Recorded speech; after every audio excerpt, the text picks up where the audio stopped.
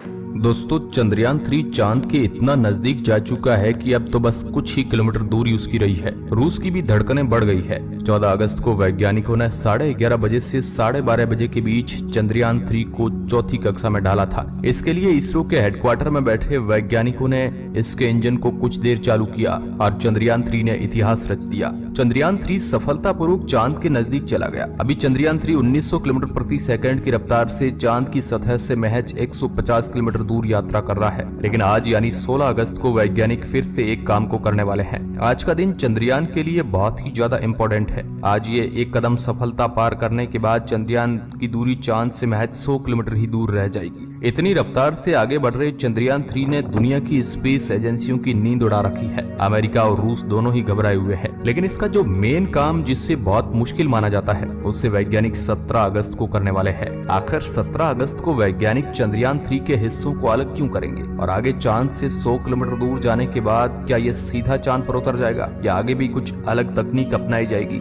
आपके दिमाग में जितने भी चंद्रयान 3 को लेकर सवाल घूम रहे हैं उनका जवाब आज के इस वीडियो में रहने वाले हैं। आप देख रहे हैं रहस्य टेलीविजन यूट्यूब चैनल। मैं हूं आपके साथ सुरेश सांचोरी। दोस्तों, जैसा कि मैंने आपको बताया कि 14 अगस्त को इसने चौथी कक्षा में प्रवेश किया था। 14 अगस्त के दिन में 11:30 बजे इसने चांद की चौथी कक्षा में प्रवेश करने की प्रक्रिया शुरू की और करीब 1 घंटे बाद यह सफलतापूर्वक चांद की चौथी कक्षा में आ गया। उस समय इसकी चांद की सबसे नजदीकी दूरी 150 किलोमीटर थी। आज 16 अगस्त को वैज्ञानिकों के मुताबिक चंद्रयान 3 के लिए बहुत ज्यादा अहम है, क्योंकि आज ये मुसाफिर चांद की 5वीं कक्षा में पहुंच जाएगा। यानी इस कक्षा में सफलतापूर्वक पहुंचने के बाद इसकी चांद से दूरी पूरी 100 किलोमीटर ही रह जाएगी। यानी हमारे वैज्ञानिक जिस जगह पर इसको पहुंचाना चाहते थे वहां पर ये सफलतापूर्वक पहुंच चुका है। इसे अगर आसान भाषा में कहे तो आज वैज्ञानिक इसकी कक्षा बदलेंगे। चंद्रयान 3 की कक्षा बदलने के लिए वैज्ञानिक कुछ टाइम के लिए थ्रस्टर्स को चालू करते हैं ताकि थोड़ी ज्यादा स्पीड पकड़ के ये अगली कक्षा में चला जाए। चंद्रयान 3 1900 किलोमीटर प्रति सेकंड की रफ्तार से चांद के 150 किलोमीटर दूर कक्षा में यात्रा कर रहा है। चंद्रयान का ऑर्बिट सर्कुलाइजेशन चरण चल रहा है और चंद्रयान 3 ने अंडाकार कक्षा से गोलाकार कक्षा में अब आना शुरू कर दिया है और आज 16 अगस्त को ही सब कुछ कंप्लीट हो जाएगा। लेकिन यहाँ तक तो सब कुछ ठीक था। 16 अगस्त को 100 × 100 की कक्षा में आने के बाद वैज्ञानिक 17 अगस्त का इंतजार करेंगे। अब इसे आगे का काम ये करना होगा कि इसके साथ जो प्रोपल्शन मॉड्यूल है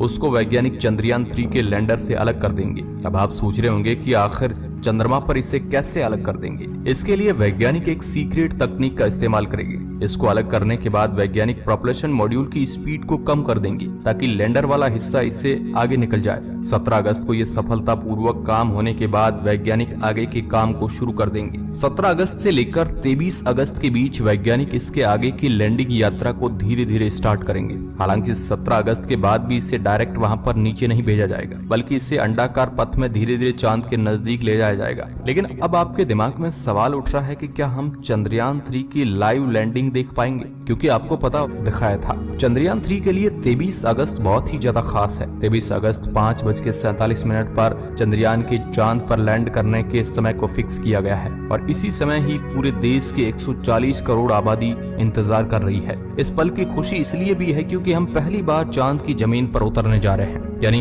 पहली बार इसरो चांद की जमीन को फतह करने जा रहा है। यहाँ तक कि पूरी दुनिया इस समय भारत के मिशन को टकटकी लगाकर देख रही होगी। दोस्तों, जब अमेरिका ने पहली बार इंसानों को चांद पर उतारा था और नील आर्मस्ट्रांग ने चांद पर पहला कदम रखा था, उस समय अमेरिका की सरकार ने इस पूरे पल को टीवी पर ही लाइव दिखा दिया था। चांद पर घूम रहे लोगों को लाइव टीवी पर लोग घर बैठे देख रहे थे। मिलियंस लोगों ने उस पल को देखा था। अमेरिका ने उस समय यह इसलिए किया था क्योंकि रूस और अमेरिका के बीच उस समय बहुत ज्यादा कंपटीशन चल रहा था। अमेरिका रूस से पहले चांद पर इंसानों को भेजना चाहता था और अगर अमेरिका ने उस समय लाइव नहीं किया होता तो रूस उसको नकार देता, क्योंकि इन दोनों के बीच तनातनी चल रही थी और कह देता कि ये तो सब कुछ फर्जी था, पृथ्वी पर ही किसी स्टूडियो में शूट किया था। हालांकि बाद में अमेरिका पर ये आरोप भी लगाए गए थे कि पृथ्वी पर ही इन फोटो को शूट किया गया था, चांद के जैसे माहौल वाला स्टूडियो बनाकर, और तरह तरह के तर्क दिए गए। लेकिन हालांकि अमेरिका उतरा था, ये बात पक्की थी। लेकिन दोस्तों, अगर इसरो की बात करें तो क्या इसरो इसका लाइव टेलीकास्ट दिखाएगा? तो दोस्तों, इसका जवाब है इसरो इसका लाइव टेलीकास्ट तो नहीं दिखाएगा शायद, क्योंकि आप चंद्रयान 3 को चांद पर उतरते हुए ग्राफ में जरूर देख पाएंगे। यानी उसका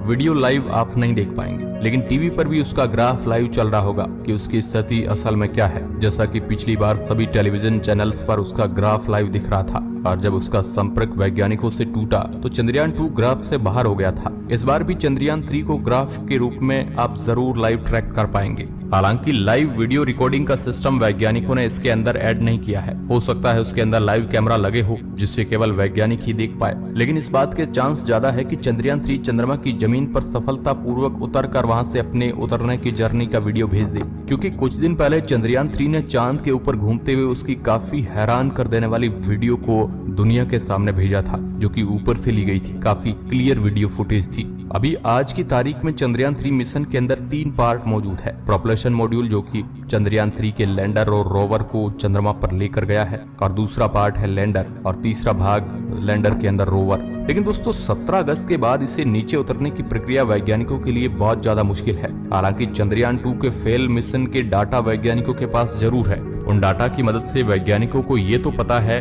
कि चांद के उस भयानक जगह की स्थिति काफी खराब है, यानी किसी भी ध्रुवीय इलाके में गुरुत्वाकर्षण का प्रभाव भी अलग रहता है। इसके अलावा जैसा कि मैंने आपको बताया कि चांद की जमीन गड्ढों से भरी हुई है, और सबसे इम्पोर्टेंट उतरते वक्त इसे अपनी स्पीड को कंट्रोल करने की बहुत जरूरत पड़ेगी। अगर कोई भी अंतरिक्ष यान अपनी स्पीड को सही से कंट्रोल नहीं कर पाता है तो उसके सफलतापूर्वक उतरने के चांसेस कम हो जाते हैं, जैसा कि चंद्रयान 2 के साथ भी हुआ था। चंद्रयान 2 भी अपने उतरने की स्पीड को कम नहीं कर पाया था। हालांकि स्पीड कम करने के लिए वैज्ञानिक अंतरिक्ष यान के अंदर कई सारे उपकरण लगाते हैं, जिसमें सबसे मुख्य उपकरण थ्रस्टर्स होते हैं, जो चंद्रयान 3 के लैंडर को ऊपर की ओर ऑपोजिट धक्का देते हैं, जिससे कि उतरने के वक्त जो दबाव होता है वह धीरे धीरे कम होता जाता है। इस बार पूरी उम्मीद है कि वैज्ञानिकों ने किसी भी प्रकार की कमी चंद्रयान 3 के अंदर नहीं रखी है। और एक बात ये भी है कि इस बार वैज्ञानिकों ने लैंडर के पैर काफी मजबूत रखे हैं, ताकि हार्ड लैंडिंग की स्थिति बनने के बावजूद ये सही सलामत चांद की जमीन पर उतर जाए, यानी लैंडर को कुछ ना हो। पिछली बार जब चंद्रयान 2 का लैंडर गिरा था तो उसके टुकड़े हो गए थे। बाकी 23 अगस्त के दिन सब कुछ पता चल जाएगा। रोवर उतरने के बाद चांद की जमीन की पढ़ाई करेगा, जिसका काम 14 दिन तक उसकी चांद की जगह पर रहकर रिसर्च करना है। उसके बाद अगर वह सही सलामत रहता है तो वैज्ञानिक इसके मिशन को आगे बढ़ाएंगे। नहीं तो आपको पता ही है कि चांद पर दिन की तुलना में रात को तापमान कितना गिर जाता है। ऐसी परिस्थिति में रोवर का जिंदा रहना काफी डिफिकल्ट हो जाता है। वहीं प्रोपल्शन मॉड्यूल चांद की कक्षा में ही रहकर चांद की सतह से आने वाले रेडिएशंस का अध्ययन करेगा। इस मिशन के जरिए इसरो चांद की सतह पर पानी का पता लगाएगा और ये भी पता लगाएगा कि चांद की सतह पर भूकंप कैसे आते हैं। दोस्तों इसरो चेयरमैन एस सोमनाथ ने हाल ही में चंद्रयान 3 की लैंडिंग से जुड़ी अहम जानकारियां दुनिया के सामने रखी थी। उन्होंने दावा किया था कि इस बार चंद्रयान की लैंडिंग पूरी तरह से पक्की है, क्योंकि इसरो ने पिछली नाकामी से सबक लिया है और अपनी पूरी तैयारी की है।